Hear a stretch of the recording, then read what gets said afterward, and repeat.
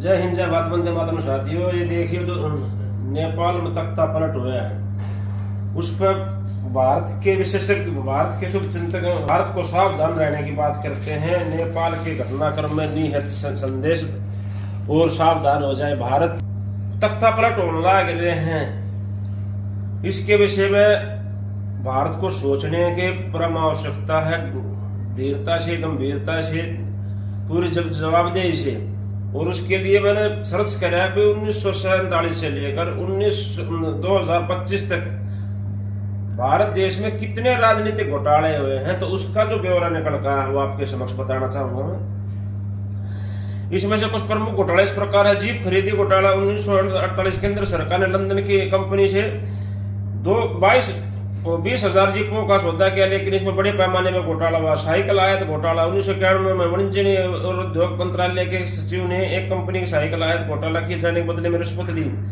मुंडी का घोटाला 1976 में, इंडियन ऑयल कॉर्पोरेशन का घोटाला 1987 में, बॉक्स घोटाला, सेना को 400 तोपें सप्लाई करने का सौदा किया जिसमें 64 करोड़ रुपए की दलाली दी गई थी। चारा घोटाला 1990 में, हवाला घोटाला 1990-91 में, तेल की घोटाला, सत्यम घोटाला 2009 में, G2 स्पेस घोटाला 2010 का, राष्ट्रीय मंडल खेल घोटाला 2010, इसमें 70,000 का घोटाला हुआ। वक्फ बोर्ड जमीन घोटाला 2022, कर्नाटक अल्पसंख्यक आयोग ने राज्य वक्फ बोर्ड में 1.5 लाख करोड़ से 2 लाख करोड़ रुपए की भूमि घोटाला खोला। कैसे इन घोटाले के अलावा कई अन्य घोटाले हुए जिन्होंने भारतीय राजनीतिक व्यवस्था को प्रभावित किया है।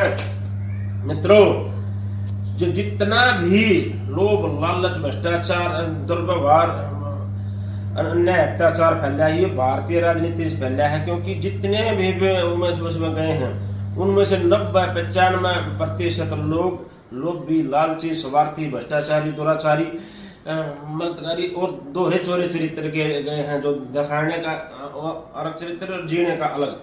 अब भारतीय राजनीति को 180 डिग्री के कोण से घूमना पड़ेगा, नहीं तो भारत देश गया खड्डे में और आप सबका जीवन, भविष्य और गाड़ी कमाई सब का बेड़ा गर्क होना है। एक राजनीतिक आंदोलन होना चाहिए, एक राजनीतिक विकल्प निकल कर आना चाहिए, एक संकल्प निकल कर आना चाहिए और एक संपूर्ण व्यवस्था परिवर्तन का शंखनाद होना चाहिए। नहीं तो कुछ भी हो सकता है। भारत भविष्य की शुभकामना करते हुए जय हिंद, जय भारत, वंदे मातरम।